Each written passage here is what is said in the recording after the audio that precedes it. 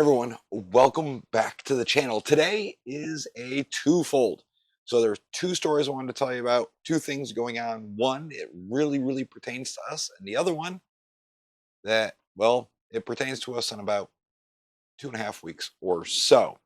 So I want to talk about Grant v. Lamont and what's going on right now in the Second Circuit Court of Appeals on today. It's going on currently right now, as far as I know, might already be over with. We'll get into the oral arguments and all that stuff that's going on. And of course, I want to talk to you about how the Biden-Harris administration is currently gearing up to crack down on American citizens. And they've already put all the things in motion to do this. But before I get started, first thing I want to get into is the best way to support the channel is obviously pick yourself up some merch. It's going to be down in the description below. It's a direct link to the merch store. We've got the new shirt that I identify as the whole problem. Of course, we've got sweatshirts across the board for the vast majority of our designs. And if there's a design that you really want in a sweatshirt, but it's not available, just let me know and I can remedy that real quick. But of course, that costs money. And I do appreciate you spending money and buying merch. However, I know times are tough. So, at the very least, just subscribe to the channel, hit the little like button, toggle the bell to make sure you get all those notifications for when I do upload a new video. Leave a comment. It really helps with the algorithm, and if you can afford to, you can always join Patreon, Locals, or become a member here on YouTube to get some exclusive content. All right, enough me shilling for my own stuff. Now, let's get into the meat of the story. So, today, October 16th, the Second Circuit Court of Appeals is hearing oral arguments in the Grant v. Lamont case. Okay, if you don't know what that is the current lawsuit that is going on, basically hosted by the CCDL. They're the ones funding this whole thing. Cameron Atkinson is one of the lawyers for it, and it is dealing directly with Eddie Grant, shout out to Eddie, versus Lamont and Connecticut's unconstitutional AR-15 ban, the whole such. The original law, including the expansion with HB Satan 7. If you don't know what that is, that's HB 6667. I've done plenty of videos on that. So they're arguing to get a stay. All right. The purpose of this hearing is for the court to consider a request for a preliminary injunction, which had previously been denied by Judge Arterton right before his retirement. But if successful, this injunctive relief would temporarily suspend Connecticut's assault weapon ban while this case proceeds through the Second Circuit Court of Appeals, which we all know is one step below the Supreme Court. If they do put a stay, then overnight, instantly, AR-15s and the like, everything that the laws basically bar or ban, would instantly become legal once again, while this court case works its way through the courts. Now, we may never see this law, or this law, I should say, repealed. Just it's the Second Circuit Court of Appeals, and they're very anti-gun. But luckily, the Supreme Court has a case from Maryland that is right before them. They're getting ready to hear arguments on it, but Maryland keeps delaying submitting their arguments in the case. Supreme Court obviously can't hear it until the state actually gets off their rear end and submits their arguments, basically, so the court can say, yep, okay, we're going to hear it. And they do want to hear it this year before they go into recess. They want to hear it this year before the election, or before at least the next administration gets sworn in January 20th timeframe. A lot of the justices that are currently sitting there are getting older and are looking at retirement. And our best way to get this finalized, found unconstitutional across the board, is with the current makeup of the court. If for some reason Maryland keeps dragging it out and using different tactics to stall, then there's a chance that if some of the justices retire next year, the next administration will get to choose new justices, and it may swing the courts uh, back way left. And then basically they'll find it that, oh, yes, it is constitutional. Um, it is not in a violation of the Second Amendment, and basically shaft us. And once they make that decision, forget it, it's done. Um, we'd have to work our way through the courts again in order to get before a court that is um, basically pro 2A. The problem is, though, it's going to take decades, if ever, to get the court to flip back the other way. I highly doubt it. This is it. It's now or never. So we're waiting on that. But like I said, right now in the Second Circuit Court of Appeals, we are doing arguments. The CCDL, Cameron Atkins, I was calling Atkinson. Cameron Atkins is arguing for injunctive relief to basically get a stay on that law here in Connecticut. And, well, it would undo everything that they've been doing. So there's that. So we'll know more here in the next couple of days. Again, don't get your hopes up. I doubt that they're going to do the relief. And the state is just going to continue to enforce this unconstitutional law banning AR-15s, the Connecticut other SBRs, and basically America's rifle. So, but now you know. All right, that's what's going on. Trying to get rid of that Connecticut assault weapons ban, even though we know assault weapons aren't a thing, and the laws that they have passed are unconstitutional. But hey, they don't care. All right, it is what it is. All right, moving on to the next story. I'm sure you've already seen some channels talk about this. I know while I was at the gym this morning, Guns and Gadgets had a video on it. So Jared covered some of this real quick. And then as I was doing pre-show prep or getting ready for this, Alex Jones was ranting and raving on it. I saw it pop up on the Twitter feed. I clicked on it just to see what was going on, and he was talking about this. So it is a thing, what I'm about to go over. I pulled it down myself from the government website, and it is also in the description below. So if you want to read it in its entirety, feel free to. Just click the link. It'll take you to the mill website, and we'll get into it. All right, so what are we talking about? We are talking about DoD Directive 5240.01.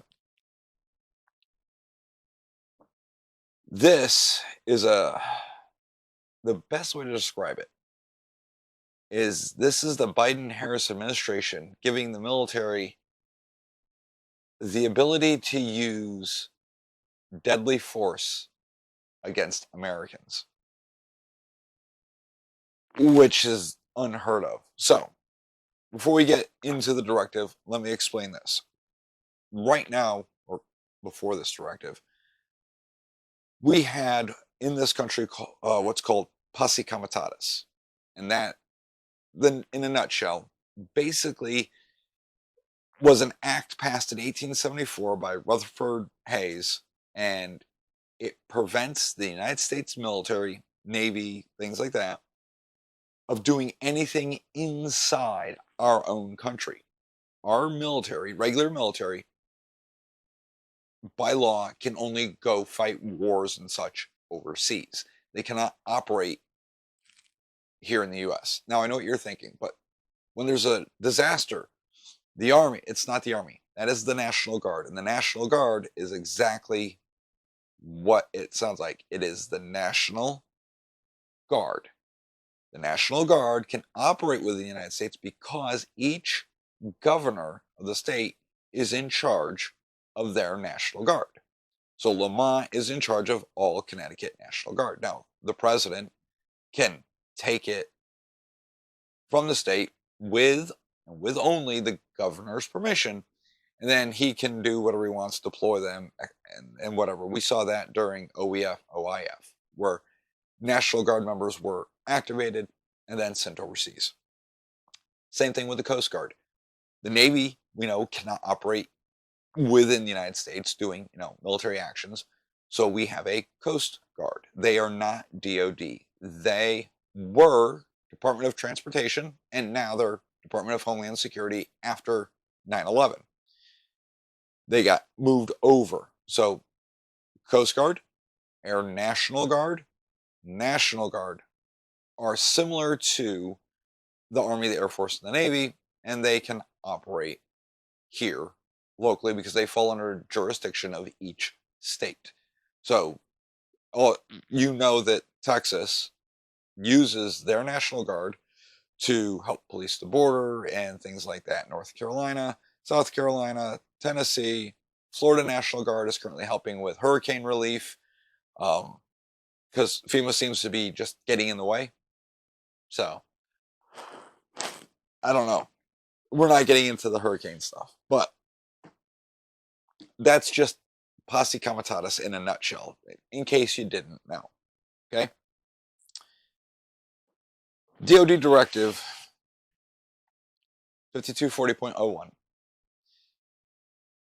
authorizes the SecDef, the Secretary of Defense, to, I'm going to read it directly. Procedures governing the activities of DoD intelligence components and that affect United States persons. So, you and me. All right, this came out September 27th, 2024. It is cleared for public release. So we're not, giving out state secrets here. So, all right, it's right here. Boom. You can see. I went through and I highlighted. It is 22 pages, and there's a lot of stuff you don't need. But if you jump to page 13, under 3.3, so subsection 3.3, levels of authority. So I'm just going to read it verbatim, and I'll explain it to you the best I can. So subject to paragraph 3.1, you'd have to read that one first. Defense intelligence components may provide personnel to assist a federal department or agency, so FBI, FEMA, so on and so forth, including a federal law enforcement agency, see, FBI, a state police, or a local law enforcement agency, your local PD, when lives are in danger. That's kind of subjective. In response to a request for such assistance in accordance with the following approved authorities. Secretary of Defense, approval. The Secretary of Defense may approve any type of request, permissible assistance described in paragraph 3.2. That was number one. Number two, the decision to approve requests for these types of permissible assistance described in paragraph 3.2 to law enforcement agencies and other civil authorities are reserved to the SecDef. Provisions of, this is A now, A under 2. Provisions of personnel to support response efforts for civil disturbances, which may also require presidential authorization. So what are they talking about? Well, it's simple. What is coming up here in like the next 2.5 weeks or so? That's right. November 5th. Remember the 5th of November. What is that? Well, that's election day. It's where we get to vote for the president. And it's going to be buck wild. It is going to be nuts because I see online a lot of people are obviously taking wild ass guesses about who's going to win and what's going to be the aftermath. And I'm in the camp of, I don't think it really matters who wins. I think the country is just going to be screwed. All right.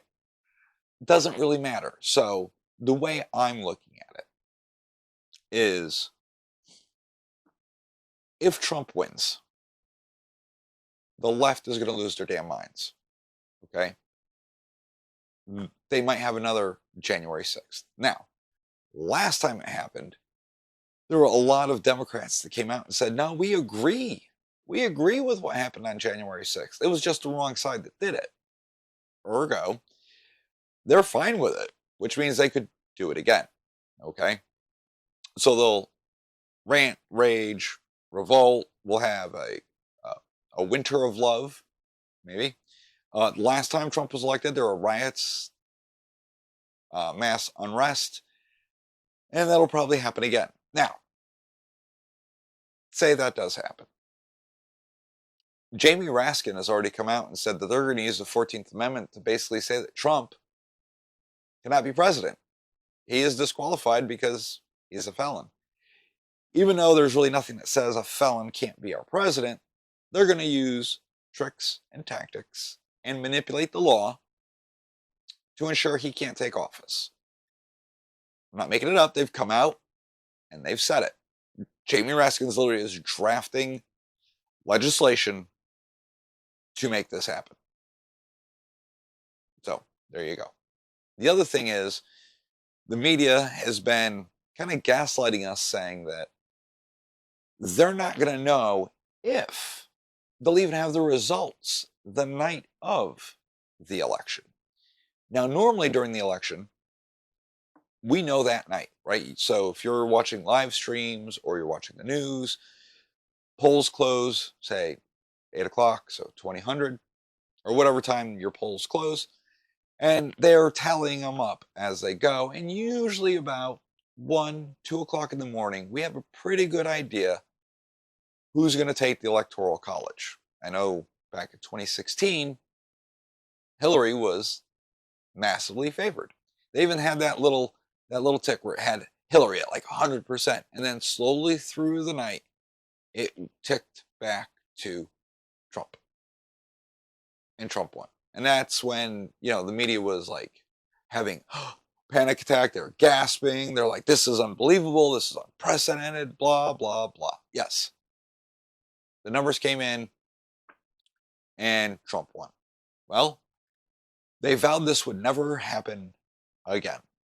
So when we had the election in 2020, everybody came out saying that the Democrats cheated, the election was stolen, and there was a lot of rumors, and you had QAnon going nuts. Those people are a little weird. Everybody's like, that's a conspiracy theory. Fine. Then Time Magazine literally had a massive article dedicated to the shadow campaign. And they break down what they did during the election, which some people may view it as cheating, but while Donald Trump was trying to win the argument, Joe Biden and the DNC and that section, they just went around and collected more pieces of paper. So they won. Trump received more votes than any sitting president ever in the history of our country. Joe Biden, on the flip side, also received the most votes of any person running for president. It was like 81 million votes. If you really think Joe Biden got that many votes voluntarily, as in people showing up to the polls and all that, I got a bridge to sell you. It just smelled fishy. But regardless, he was sworn in. He is our president, whether we like it or not. Now, you got Kamala and Trump running. Kamala said that they're going to do anything they need to do to win. Okay? Including playing games, I guess. Because what Jamie Raskin said, if Trump wins, we're just going to tell him he can't take office. He's ineligible. Okay? Which, at that point, you know that the right is going to revolt. They're going to lose their minds. So the government wants to be prepared for this. Hence, this DoD directive. Now, say Kamala wins. Okay, the right will probably lose their minds. Okay, so we know if Trump wins, the left is going to lose their minds.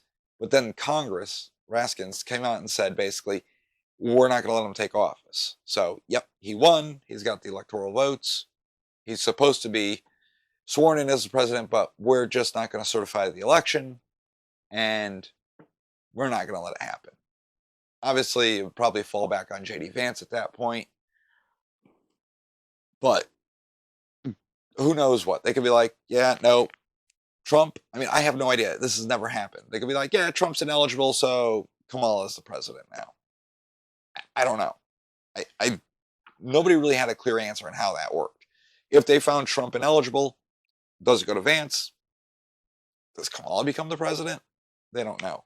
But regardless, they start playing these games. And of course, people, the Trump supporters, they're probably going to lose their minds.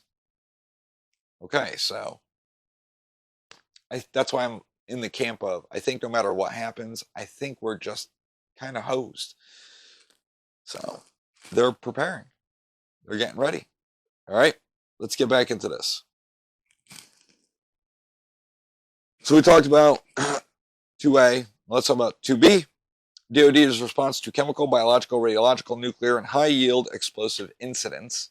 This would also, if this were to happen, boom, the DoD has the ability to do things. C, assistance in responding with assets with potential for lethality. That's the nice way of saying they can kill you, the American people. Or any situation into which it is reasonably foreseeable that providing the requested assistance may involve the use of force that is likely to result in lethal force. They reiterate, we're authorizing the DoD to kill American citizens, including death or serious bodily injury. It also includes a support to civilian law enforcement officials in situations where a confrontation between civilian law enforcement and civilian individuals or groups is reasonably anticipated. Such use of force may be in accordance with DoD 5210.56, potentially as further restricted based on the specifics of requested support. So, that right there, that little subsection is the one you should be worried about. They just authorized DoD personnel to kill Americans if called upon to crush the rebellion, crush the protests, to crush another January 6th, basically, because they're just going to trigger people. And then, of course, we have D, provision to use DoD unmanned systems in the United States, except as delegated by SecDef, pursuant to October 31st, 2023, Secretary of Defense Memorandum. Okay, DoD unmanned systems, that's drones. If you're paying attention to what's going on in Ukraine, with Iran, and basically all these other conflicts around the world, you can see how drone warfare has escalated. That's scary. At least when I was in the military, yeah, I mean, you had Predator drones, things like that, but we didn't have these little tiny drones that were zipping around dropping grenades. We just sent a bunch of drones over to Israel, the death drones. So, they weaponized them. God only knows what they're going to be used for. So, the administration has authorized the DoD to use force against us, doing away basically with posse comitatus. Basically, activating the military and sicking them on us. It's very Order 66 of them. Execute Order 66. So, it's odd. But, yeah. Let me know what you guys think about this. Let me know if you've heard about this. I know it's been covered, but a lot of people might not know. So it's not like it's in the mainstream media. So if you're getting your news from MSNBC, Fox, CNN, or whatever, I haven't heard anybody cover this. I mean, literally, the first the first time I heard about it was this morning, and that's cool. They were talking about it, but I took it with a grain of salt. I said, okay, let me see if I can find it. So I independently went looking for it, and I found it on an official military website where the DoD directives are listed. Um, it wasn't right up front. I literally had to adjust the dates so I would get the newest ones first. And I scroll down because there's a lot of these, and until I found this one and pulled it up, and I read it for myself, all 22 pages. It goes in and it breaks down. I know I kept saying DoD intelligence and intelligence related activities, but it really does go into the definition of what it is. Any DoD component when conducting the training of personnel to perform intelligence duties and activities. And it goes on to explain what they mean by DoD intelligence. Basically, it's just any of the military departments, anything part of the DoD can be activated and utilized for this, except anything dealing with the National Geospatial Intelligence Agency. Um, this includes humanitarian assistance, disaster readiness response and recovery, maritime and aeronautical safety of navigation, environmental and security vulnerability studies, mapping, charting, and geodetic missions, and other similar activities not constituting foreign intelligence or counterintelligence. Okay, so doesn't include those guys, but everything else, it does. So, I don't know. I think the times are going to get spicy. But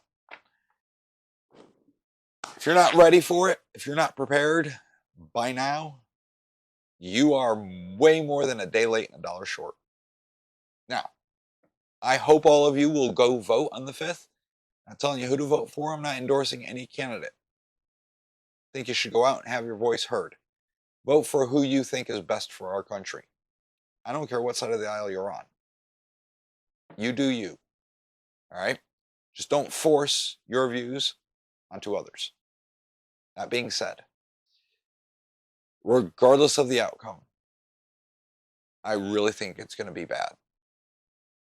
I think civil unrest from both sides is going to happen, regardless of who wins. If one side wins, the other side's going to lose their mind. The other side wins, so on and so forth. Okay? I'd get ready now. I don't want to say get your affairs in order, but I'd make sure you're prepared for civil unrest. Because I really don't think it's going to be localized. I think it is going to be widespread, especially if you look at a map of our political breakdown of our country. That being said, if they do activate the DoD and they use this directive as a guide, as soon as that first shot is fired, I think it all comes crumbling down. That's what I'm thinking. I think it would be irreversible, unforgivable, and I think the American people would have had their fill. And I think it would get very bad very fast. Because when you look at civil wars, everybody has it in their mind the American Civil War, North versus South. That is an oddity. 99.999% of the civil wars are not like that. They go from on a Monday, everything is hunky dory, it's good to go. It's just a normal day. You wake up Tuesday morning, there's no power, there's no water, there's no internet, and everything is falling apart. It is that fast. There are also times where, when you look at the Egyptian military coup that happened a few years back, 3 blocks away, the military's fighting people, government entities, things like that, and people are just chilling in cafes, watching soccer games, drinking coffee, reading the paper, like it's a normal day. So it can go either one of those ways. Either we'll go about our daily business, still watch Netflix, still go to the grocery store to get our food. They'll just, be basically like shelling Los Angeles or something. Or everything comes crumbling down and the country falls apart. And I don't think we can recover from that. At least if we do recover, I don't think it's going to be the America that we know or that we've always known. I think it's going to be something different. And I think the great experiment of our grand republic would be over. It won't be the same. We'll be a fractured nation. So think long and hard what got us here, how we can undo it. At the same time, hope for the best, but I'd be definitely preparing for the worst.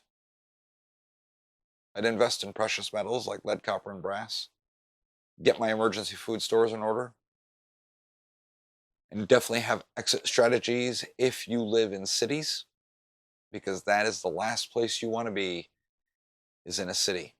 And what sucks for us locally here in Connecticut, in order for us to really get out of the New England area, we've got to go through New York. Southern New York. That's going to be a death trap. That's why I do not like being stuck here in the Northeast. There's really nowhere for you to go, nowhere to escape.